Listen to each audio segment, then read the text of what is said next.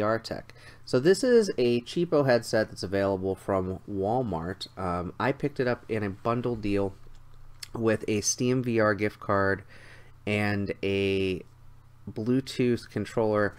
It's a gamepad, very similar to an Xbox gamepad or PlayStation gamepad. Works fine, comes with a little Bluetooth dongle as well. So overall, for $45, I got a $20 Steam gift card, a gamepad, and I don't know, maybe a free headset. Anyway, why this headset is so cheap? Well, it's a 3DOF headset, so that means while it can look up, look down, look to the sides, moving forward or backward does nothing. It's very similar to the Gear VR, the Daydream View, and the Oculus Go in that manner. But it still can be a pretty immersive experience. This particular model, the WVR3, has IPD, manual adjustment across the bottom here. These don't show anything in the display, so it's all by trial and error, whatever is comfortable for your eyes. It's also got a headphone jack here. The pass-through audio is pretty decent. And on the top, there's a little slide-away USB port. So you can expand out to USB for USB audio. I'm also going to try, hopefully sometime in the future, a Leap motion controller on this headset, because that could add some hand tracking, which would be pretty cool. It connects to the PC through 3 ports. So kind of like the Oculus Rift in that manner. It's got a HDMI port, it's got a USB port for power, and a USB port for data. So it takes up a lot of real estate. I'm using my laptop right now, and with my laptop it takes up 3 ports for that, plus a port for the gamepad. I've just been using my standard Xbox gamepad because I'm used to that one, but the Bluetooth dongle for the gamepad that ships with the WVR3 would also take up the same amount of space. Really surprised at the quality here. It's a 1440 by 1440 panel for each eye, and really brilliant colors. Works really well in headset. The one thing it does have is a little bit of curvature on the sides. Also to note, the software that runs the ties to Steam VR for the headset is called HoloView, and that software requires a few updates before it actually gets it up to speed. If you try running it at the default software without updating the software, and potentially also the firmware version of the headset, depending on how old the version that you were shipped is, it will run at 60 Hertz, which is kind of painful.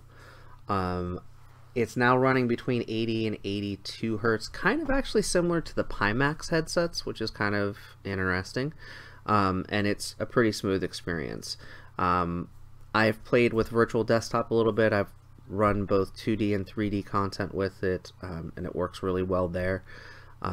But I had played a bit of Wardens of the Amber Cage as a demo, just on PC while I wasn't feeling well. I have some chronic sinus issues. And the thing I really like about this headset is inside the headset, it's a very simple 2 lenses and a proximity sensor, memory foam pad, and there's no real technology in there outside of the screens. So it's super lightweight, and that lightweight actually doesn't put the pressure on my sinuses that my other headsets do. So I can play with this probably even if I am ill again, which is tremendous. Now, Wardens of the Amber Cage did not grab me as a PC title. It having a VR mode, though, I decided to jump back in to the demo. Even though the demo is no longer available, it's still in my library, and I had a lot of fun with it. It's pretty immersive in VR. Unfortunately, the audio did not work out real well. I had everything plugged in, was using the audio from the computer's webcam mic, and it was super staticky. So you're going to be listening to some skirmish music from tabletopaudio.com while watching this footage, and I'll be back with my reaction to the game in just a moment.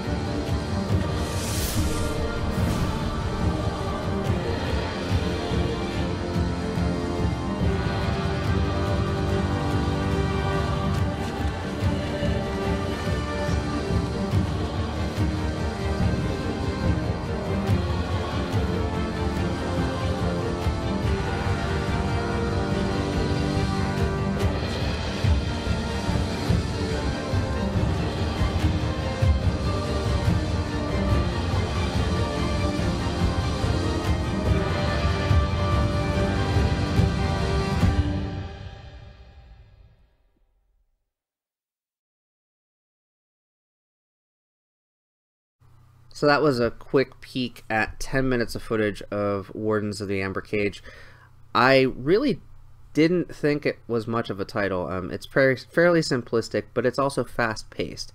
So you're shooting those fireballs from your staff at the not super varied enemies. There's 2 enemies plus a boss in the game as far as for that demo. There's definitely a lot more content in the full version of the game, and now that I've played in VR, I may actually pick up the full version of the game. Unfortunately, there's no demo for me to say go check it out, because they have removed that from Steam. But overall, for the WVR3, works very well.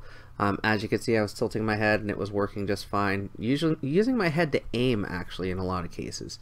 Turning, I was still kind of using the gamepad a lot just because that's what I was used to. But overall, it was a much better experience in VR than it was outside of VR. And even with a cheap $25 to $45 headset, worked very, very well. I'm excited to use the WVR3 in the future. There's probably not going to be a lot of gameplay audio, though, if I do, because it ties up all the ports, as I mentioned before. But it worked surprisingly well. I've now used it for about an hour and a half, and it's working great. I don't have any type of shimmer or motion sickness or anything of that nature from it. So if you have a Walmart, if you don't have any form of VR, you're interested in just kind of dabbling with it, and you have a computer, that's another key thing, a computer that can run virtual reality. You need to have, probably for this one, a 980 or higher. Let's actually see, it says 980 or higher. Perfect. So right on the box it says GTX 980 or higher, and I would agree. You don't want to use a 970 or anything lower, because with this headset in particular, it's not as good as the Vive and the Rift at compensating. That said, though, works pretty well, super light. If you're going to be using a headset for just watching movies, if you're going to be using a headset for things that you would use a cell phone based headset for, but you don't have a cell phone, or you don't have a phone that's compatible with VR, maybe you have the, I don't know, iPhone, and you don't want to buy something else. If this goes on sale again, or if you can pick it up on a sale, might not be that bad. It is not perfect. It is not the worst. It took me about 10 minutes to set up. I've seen a lot of complaints about the setup process for the headset, but downloading the drivers, updating them twice, downloading Steam VR, and kind of tying the two together only took about 10 minutes. I was up and running very quickly in the headset, and it works great. Other people have other opinions, and that's totally fine, but I can't discourage the value of this. It's not, like I said, the best headset on earth. I wouldn't say buy this as your daily driver for VR, but if you're only going to be playing things like driving games or sit-down games where you're using a gamepad, it's not the worst thing on earth. It's not the best either, but for the price point, might be worth a shot. The other thing I can tell you is I'm pretty sure Walmart has a pretty good return policy. I worked there for 4 years, a long time ago, and unless it's changed in the past 20 years, pretty safe bet that you could try before without much risk. Like I said, if you have a PC that'll run it, might be worth a try. Either way, hope you've enjoyed this video. I'll be back with more content soon on many different headsets, including the WVR3.